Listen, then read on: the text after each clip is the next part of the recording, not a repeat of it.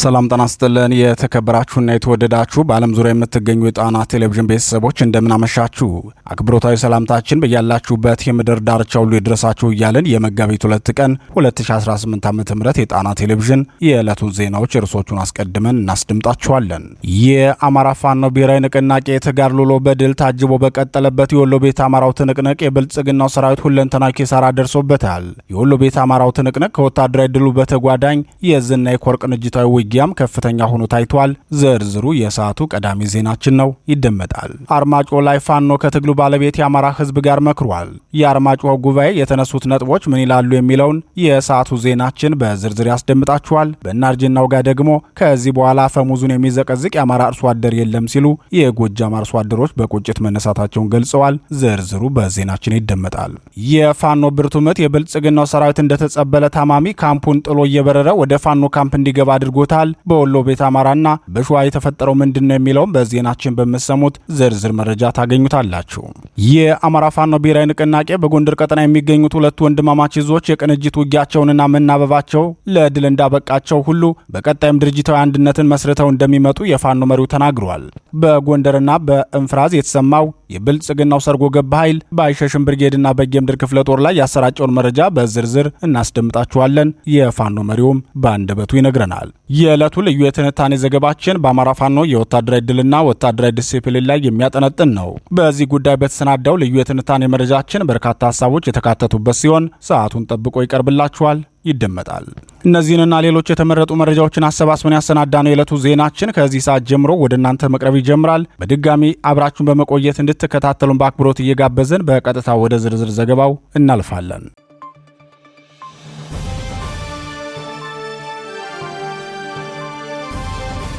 ክቡራትና ክቡራን የጣና ቴሌቪዥን ደጋፊዎች የአማራ ሕዝብን ትግል ማዕከል በማድረግ ውግንናውን ለአማራ ሕዝብ ማዕከላዊ ኮዝ ዘላቂ ጥቅምና የተቆጠሩ ጥያቄዎች ያደረገው ጣና ቴሌቪዥን ትግሉ የገጠመውን የስትራቴጂክ አመራር ክፍተት እንዲሞላ ሕዝባዊ መሰረቱን አስጠብቆ እንዲቀጥል በማድረግና ሚዛናዊ የመረጃ ተደራሽነትን በጥራት በፍጥነትና በታማኝነት እያቀረበ የሚገኘውን የጣና ቴሌቪዥንን ለመደገፍ በርካቶች በምን እንደግፍ የሚል ጥያቄ ስታቀርቡልን መቆየታችሁ ይታወቃል። በመሆኑም በዜል +1 46 9866 54 44 በካሻፕ ጣና ቲቪ 2024 በፔይፓል ጣና ቴሌቪዥን 2024@gmail.com እንዲሁም በዶኔት ቦክሱ በኩል መደገፍ የምትችሉ መሆኑን ለማሳወቅ እንወዳለን።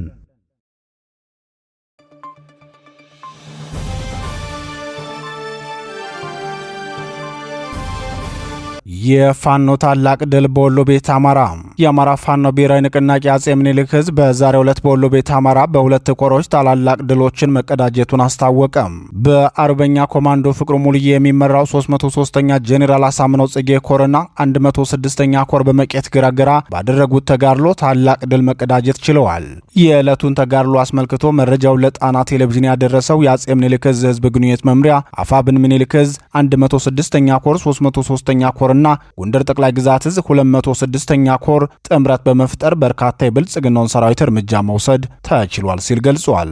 የዕለቱ ተጋድሎ ከጧቱ 2 ሰዓት ጀምሮ እስከ አመሻሽ 11 ሰዓት የዘለቀ አስጨራሽ ውጊያ እንደነበር የገለጸው የአጼ ምኒልክ ህዝብ ግንኙነት መምሪያ በውጊያውን በመቄት ወረዳ አግሪት ላይ ከ35 በላይ የብልጽግና ሰራዊት እርምጃ ሲወሰድበት ከ25 በላይ ደግሞ ከባድ ጉዳት ደርሶባቸዋል። 11 የነፍስ ወከፍ ክላሽንኮቭ መሳሪያ ከ1000 በላይ ተተኳሽ ከ500 በላይ የብሬን ተተኳሽ እና የእጅ ቦምብን ጨምሮ ሌሎች ወታደራዊ ትጥቆችም ለፋኖ ገቢ ሆነዋል።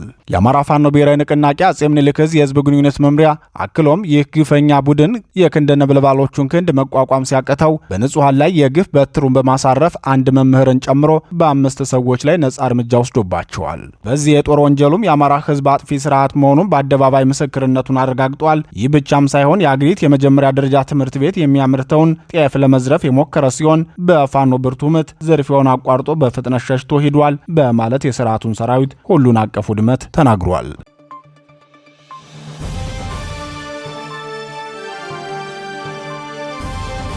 በላይዝ ባርማጭሆ የአማራ ፋኖ ብሔራዊ ንቅናቄ ደጃዝማች በላይ ዘለቀ ዕዝ ደጃዝማች ኮር በተቆጣጠራቸው ቀጠናዎች ከማህበረሰቡ ጋር በወቅታዊ የፋኖ ትግልና ሆናዊ የቀጠናው የኃይል አስተላለፍን በተመለከተ የማህበረሰብ ውይይት አካሄደ። አጼ ቴዎድሮስ ዕዝ 201ኛ ኮር በበኩሉ የተለመደውን ህዝባዊ ውይይት በማካሄድ የአማራን ትግል ህዝባዊነቱን አስጠብቆ እንዲጓዝ ማድረጉን አስታውቋል። ደጃዝማች በላይ ዘለቀ ዕዝ 4ኛ ደጃዝማች ኮር በክንዱና በደሙ ነጻ ካወጣው የምዕራብ አርማጭሆ ወረዳ ጋብላ ቀበሌና አካባቢው ማህበረሰብ ጋር ሰፊ ውይይት በማካሄድ የአማራ ህዝብ የሉና ትግል የደረሰበትን ደረጃና የትግሉን አስኳል አንስቶ ውይይት አካሂዷል። የድርጅቱ ወታደራዊ ስልጠና መምሪያ ኃላፊ አርበኛ ሳሙኤል ባለድልን ጨምሮ ሌሎች የዙና የኮሩ አመራሮች በተገኙበት በዚሁ ህዝባዊ የውይይት መድረክ ስለ ፋኖ አሁናዊ ቁመናና ትግሉ አሁን ስላለበት ደረጃ ተነስቶ ውይይት የተካሄደ ሲሆን የአማራ ህዝብ ትግሉን በባለቤትነት የያዘው በመሆኑ የእስካሁኑ ጉዟችን ስኬታማ ነበር ሲሉ የዙ መሪዎች ተናግረዋል።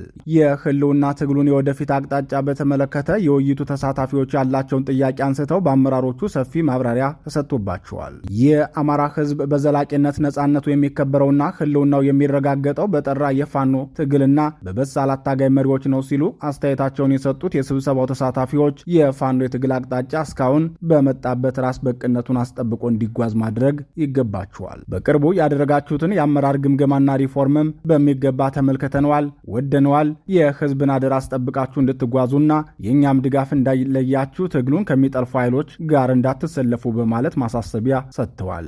የስብሰባው ታዳሚዎች አክለውም የዚህ አካባቢ ህዝብ ላለፉት 30 ዓመታት ያልተቋረጠ መከራ የተቀበለ ህዝብ መሆኑን ታውቁታላችሁ። ችግሩንም የቀመሳችሁ ስለሆናችሁ በተለይ በርስቶቻችን ላይ ያላችሁን አቋም አስጠብቃችሁ ታገሉ። ያኔ ሁሉም ከጎናችሁ ነው። በሃይማኖትና በተለያየ ጊዜያዊ ጥቅም ተብሎ ከማይሆን ኃይልና ከማይመስለን ቡድን ጋር የሚደረግን ግንኙነት በጥንቃቄ እንድትመለከቱት ያስፈልጋል ያሉ ሲሆን እስካሁን የመጣችሁበት መንገድ ግን በከፍተኛ ኩራት የተመለከትነው ነው ብለዋል። ይህ በእንዲህ እንዳለ የአማራ ፋኖ ብሔራዊ ንቅናቄ አጼ ቴዎድሮስ ዕዝ 201ኛ ኮር የአማራ ህዝብ የሉና ትግል ህዝባዊነቱን አስጠብቆ እንዲቀጥል የሚያስችለውን ስራ አጠናክሮ ቀጥሏል። በዛሬው ዕለትም የኮሩ 74ኛ ክፍለ ጦር በሚያስተዳድራቸው እናርጅና ውጋ ወረዳ ህዝባዊ ውይይቶች በማካሄድ የትግሉን አሁናዊ ደረጃና ቀጣይ አቅጣጫዎች ለውይይት ቀርበዋል። የ74ኛ ክፍለ ጦር ሶማ ሻለቃ የአራራና ጎሮ ገደል ነዋሪዎች ጋር የኮር የክፍለ ጦርና የጊዜያዊ መንግስት አመራሮች በተገኙበት ጥልቅ ህዝባዊ ውይይቶች ተካሂደዋል ሲል የገለጸው የኮሮ ህዝብ ግንኙነት ክፍል በፋኖና በህዝቡ መካከል ያሉ መስተጋብሮችን በተመለከተ የድርጅቱ አሁናዊ ቁመና፣ የመልካም አስተዳደርን በተመለከተ ህዝባችን ከተደቀነበት የሉና አደጋ ለመውጣትና ስርዓቱ በህዝባችን ላይ እያካሄደ ያለውን የዘር ማጥፋት ጦርነት አጠናክሮ መቀጠሉን የሚመለከቱ መወያያ አጀንዳዎች ተነስተው ተወያይተንባቸዋል ብለዋል። የውይይቱ ተሳታፊዎች የአካባቢው ነዋሪዎች በበኩላቸው እስካሁንም ከባድ ዋጋ የከፈልነው ባለመደራጀታችንና ጠላቶቻችን በመጡብን መንገድ በእነሱ ላይ ባለመነሳታችን ነው። ከዚህ በኋላ ግን እንደ ድሮ መታለል በቅቶናል። በሚገባ ተደራጅተንና በፋኖ መዋቅራዊ አደረጃጀት ውስጥ ታቅፈን ጠላቶቻችንን በሚገባ ለመቅጣት ዝግጁዎች ነን። ከዚህ በኋላ ነፍጡን የሚዘቀዝቅ የአማራ አርሶ አደር አይኖርም ሲሉ በቁጭት ተናግረዋል።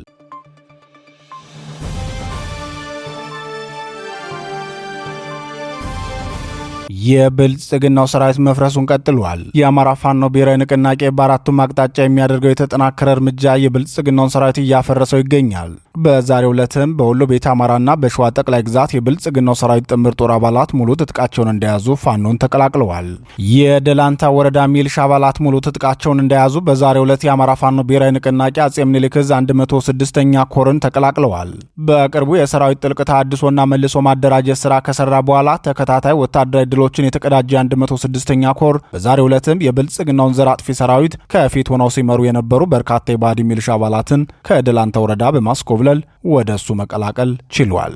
የአማራ ፋኖ ብሔራዊ ንቅናቄ ከምስረታው ማግስት ጀምሮ ባካሄዳቸው ተከታታይ በድል የታጀቡ ዘመቻዎቹና ባስተላለፈው የምህረት አዋጅ ምክንያት የብልጽግናው ሰራዊት እየፈረሰ ነው ሲል የገለጸው የአፋብን አመራሩ በዚህም ከዚህ በላይ ከጦር ወንጀለኛ ስርዓት ጎን ተሰልፈን ህዝባችንን አናሸማቀቅም፣ ለህዝባችንም ተጨማሪ ዳ አንሆንም ያሉ የስርዓቱ ጥምር ጦር አባላት በተከታታይ ወደ ፋኖ እየተቀላቀሉ ነው።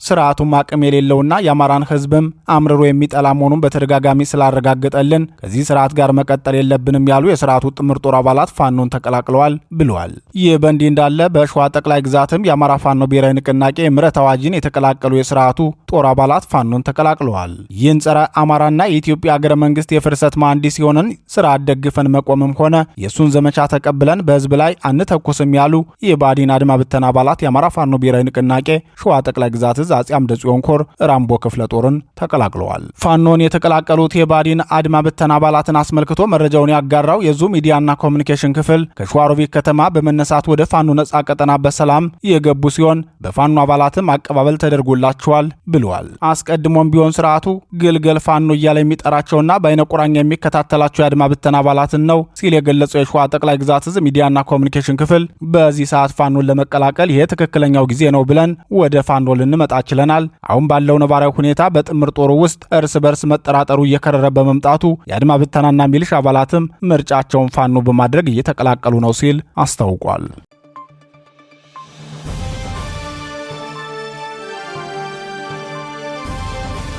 የሁለቱ እዞች ቅንጅት የድላችን ቁልፍ ነው። አርበኛ ክንዱ የአማራ ፋኖ ብሔራዊ ንቅናቄ በጎንደር ቀጠና የተጎናጸፋቸው ድሎች ዋናው ምክንያት በቀጠናው የምንንቀሳቀሰው ሁለት እዞች የጀመርነው አንድነት ጉዞና በቅንጅት ትግላችንን ማካሄዳችን ነው ሲል የበጌምድር ክፍለ ጦር ዋና አዛዥ አርበኛ ክንዱ ተናገረ።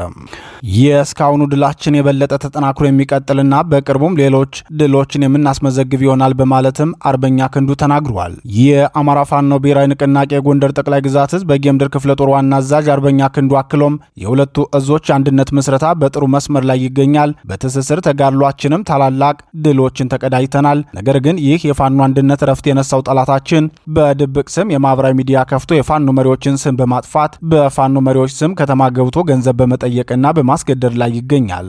ይህን የጠላት ሴራና ተንኮል ወገናችን እንዲረዳንና ለዚህ አይነት እኩይ ሴራም ተጋላጭ እንዳይሆን እጠይቃለሁ ብለዋል። የአማራ ፋኖ ወደ አንድነት መምጣቱን ተከትሎ በፋኖ በኩል ከተሰሩ አኩሪ ተጋድሎች መካከል አንዱ ዘራፊና ቀማኛን ለማጽዳት የተደረገው ጥረት ይገኝበታል። ፋኖ በዚህ ደረጃ ህዝባዊነቱን አስጠብቆና አስከብሮ እየታገለ ባለበት በዚህ ሰዓት ደግሞ የብልጽግናው ኃይል የበጌምድር ክፍለ ጦርና የሸሽን ብርጌድ አመራሮችን ስም እየጠቀሰ ህዝብን አስገድዶ ገንዘብ የሚሰበስብ ኃይል አደራጅቶ አሰማርቷል።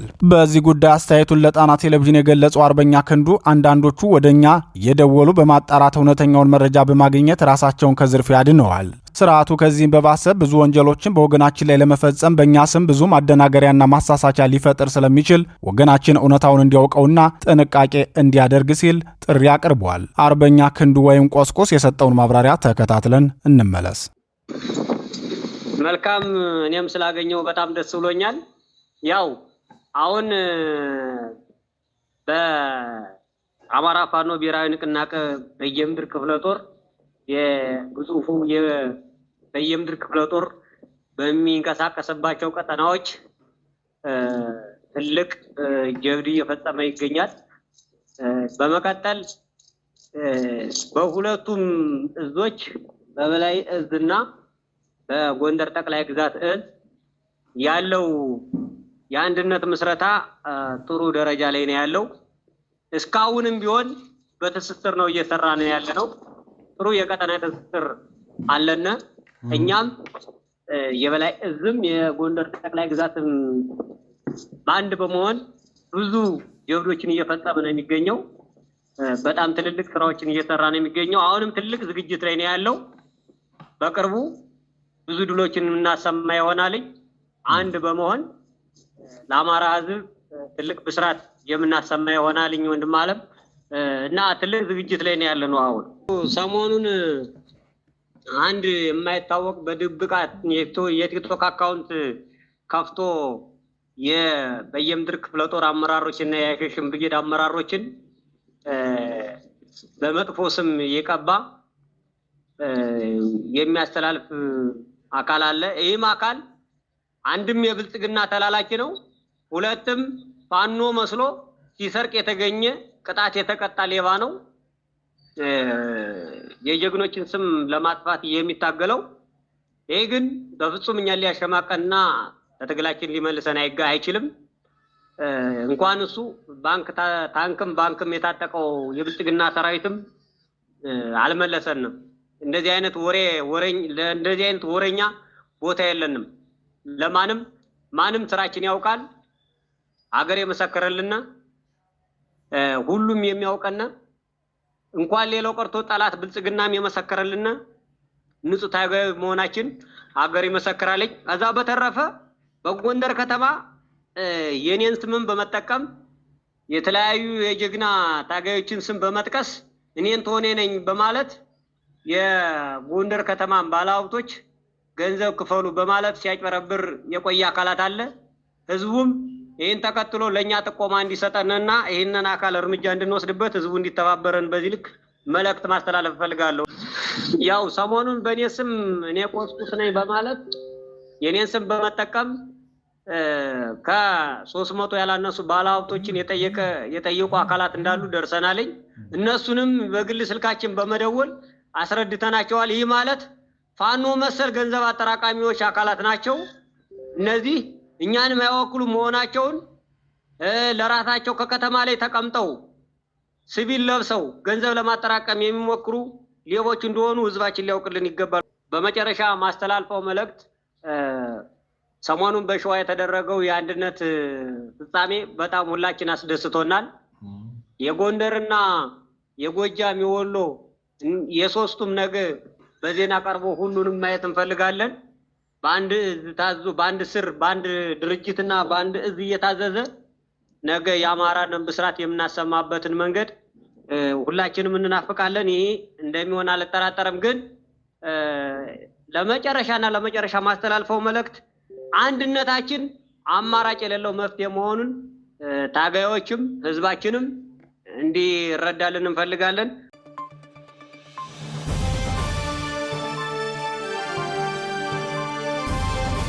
ከወታደራዊ ድሉ በተጓዳኝ ዲሲፕሊኑ የሚታሰብበት የአማራ ህዝብ ዓላማውን ሳያሳካ ወደ ኋላ ሊመለስ ትግል አልጀመረም። ለድላችን ወሳኙ ምዕራፍ ደግሞ ከድርጅታዊ አንድነትና ከወታደራዊ ድል በተጓዳኝ ወታደራዊ ዲሲፕሊን ሌላው ልዩ ትኩረት የሚገባው ቁልፍ ጉዳይ ነው ሲሉ ምሁራን ተናገሩ።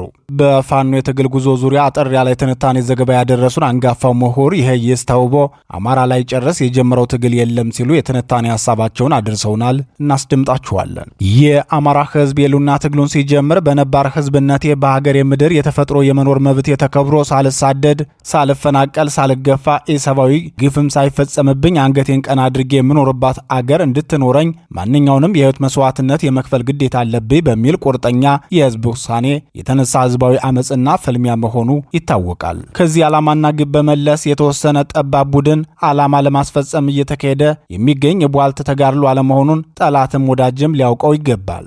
ይህ አቋም ደግሞ የተነሳነበትን የአማራን ህዝብ ህልውና የማስከበር መብት ሳያጎናጽፍ ወደ ኋላ ሸብረክ የሚል አይደለም። ለዚህም ነው የፋኖ እንቅስቃሴ አድማሱን እያሰፋ እዞችንም እየመሰረተ ክልሉን ነፃ ለማውጣትና በአጠቃላይም ኢትዮጵያን እንደ ሀገር ለመታደግ ለአስጨራሽ ትግል እያደረገ የሚገኘው። ከአማራ ህዝብ ህልውና መከበርና ከማሸነፍም ባሻገር የመጨረሻ የድል ግቡንም ሳይመታ በምንም አይነት ሳይቋረጥ ተጠናክሮ ይቀጥላል። ፋኖ እንደ ተፋላሚ ተወርዋሪ ተዋጊ ኮከብ ሆኖ ባለፉት የህልውና ትግሉ ዓመታት በተናጠል በአማራ ክልሎች እየተፋለመ የማይናቁ ህዝባዊ ድሎችን መቀዳጀቱ ፀሐይ ሞቆታል። አደባባዮችም መስክረዋል። ይህን የተነሳበትን ዓላማ ዳር ለማድረስ ደግሞ ይበልጥ አንድነቱን መፍጠርና ማጠናከር እንዳለበት አምኖ የተከበሩና ምራቅ የሚዋጡ ተሰሚነት ያላቸው የሀገር ዋርካዎች በሸምጋይነት ገብተውበት በቅርብ ጊዜ አፋብን የአማራ ፋኖ ብሔራዊ ንቅናቄ እውን መሆን ችሏል።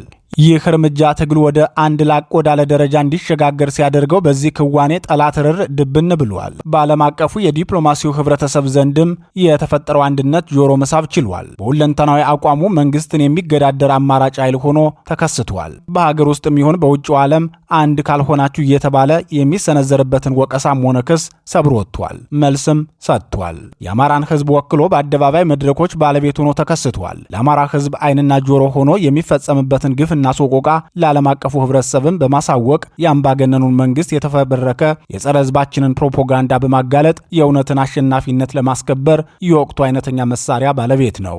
በእነኚህና በመሰል ምክንያቶችም የተነሳ የፋኖ አንድ መሆን ገና ሳምንታትና ወራትም ሳይቆጠሩ በገዢው መንደርና ሰፈር ስጋት መፍጠሩ አይዘነጋም። እርስ በርስ እያናከሰ ፋኖ ሙሉ ኃይሉን ወደ አምባገነኑ ገዢ ኃይል ላይ እንዳያተኩር ያልተፈነቀለ ድንጋይ ያልተሸረበ ሴራ አልነበረም።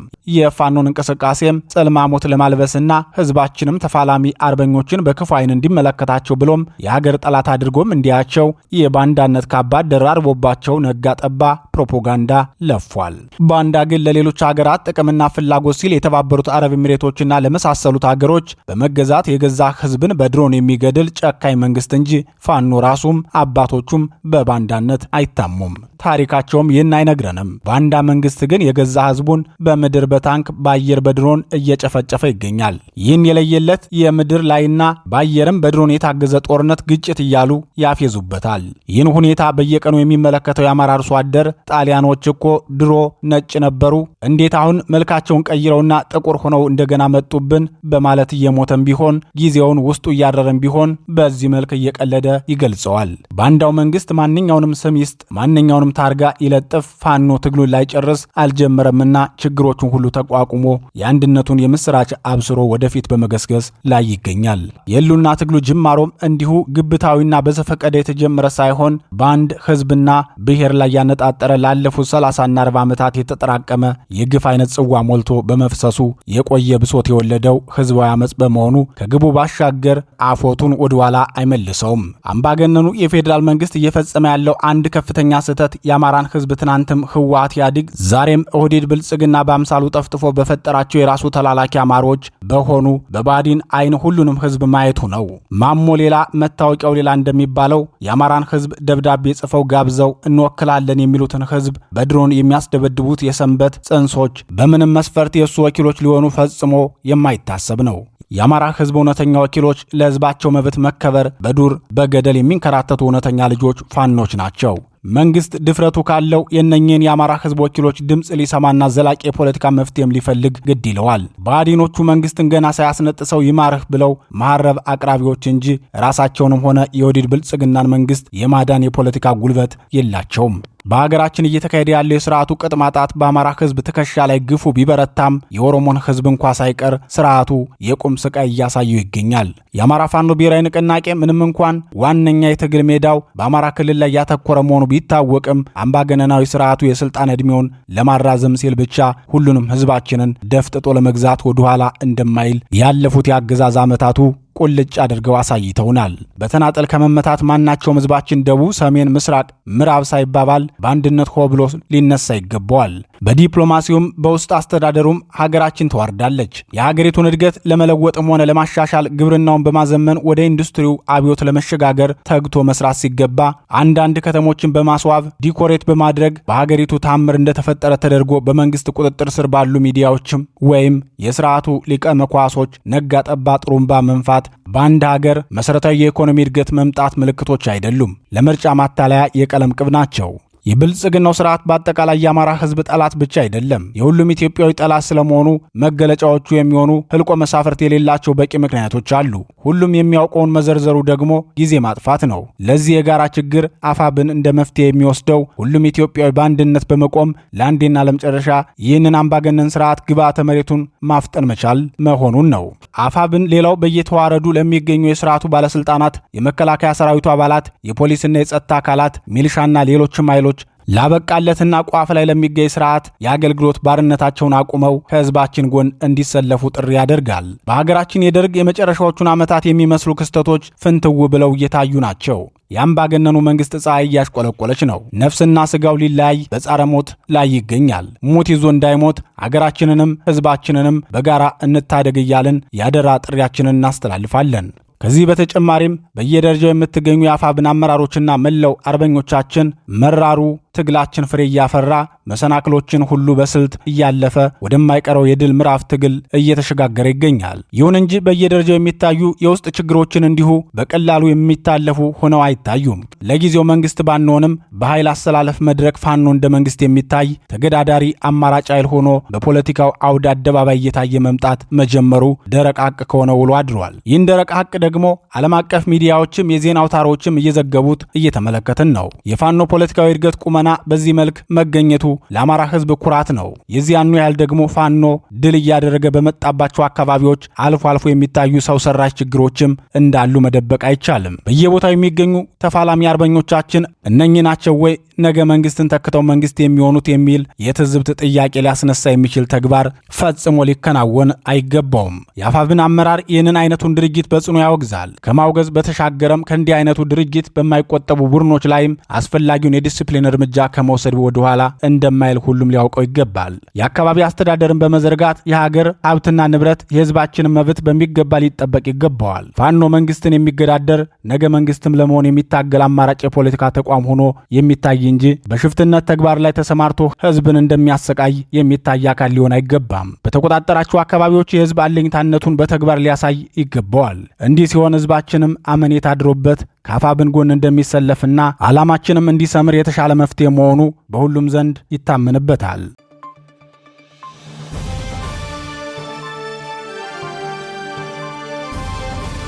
ክቡራትና ክቡራን የጣና ቴሌቪዥን ደጋፊዎች የአማራ ህዝብን ትግል ማዕከል በማድረግ ውግንናውን ለአማራ ህዝብ ማዕከላዊ ኮዝ ዘላቂ ጥቅምና የተቆጠሩ ጥያቄዎች ያደረገው ጣና ቴሌቪዥን ትግሉ የገጠመውን የስትራቴጂክ አመራር ክፍተት እንዲሞላ ህዝባዊ መሰረቱን አስጠብቆ እንዲቀጥል በማድረግና ሚዛናዊ የመረጃ ተደራሽነትን በጥራት በፍጥነትና በታማኝነት እያቀረበ የሚገኘውን የጣና ቴሌቪዥንን ለመደገፍ በርካቶች በምን እንደግፍ የሚል ጥያቄ ስታቀርቡልን መቆየታችሁ ይታወቃል። በመሆኑም በዜል +1 46 9866 54 44 በካሻፕ ጣና ቲቪ 2024 በፔይፓል ጣና ቴሌቪዥን 2024@gmail.com እንዲሁም በዶኔት ቦክሱ በኩል መደገፍ የምትችሉ መሆኑን ለማሳወቅ እንወዳለን።